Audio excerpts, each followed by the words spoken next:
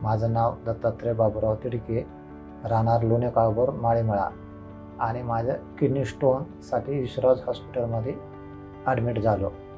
Dhangar sir आणि प्रमोद सरांनी मला इलाज केला आणि त्याने सांगितले किडनी स्टोन आहे, त्याच्यावर औषध उपचार करून त्याने 3 दिवसामध्ये विरघळून खडा लगेचद्वारे पाडला.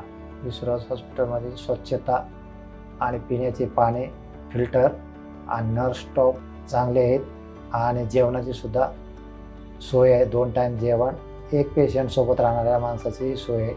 व्यवस्थित काळजीपूर्वक काळजी घेत आहे. मी विश्वराज हॉस्पिटल आणि धनगर सर आणि प्रमोद सरांचा आभारी.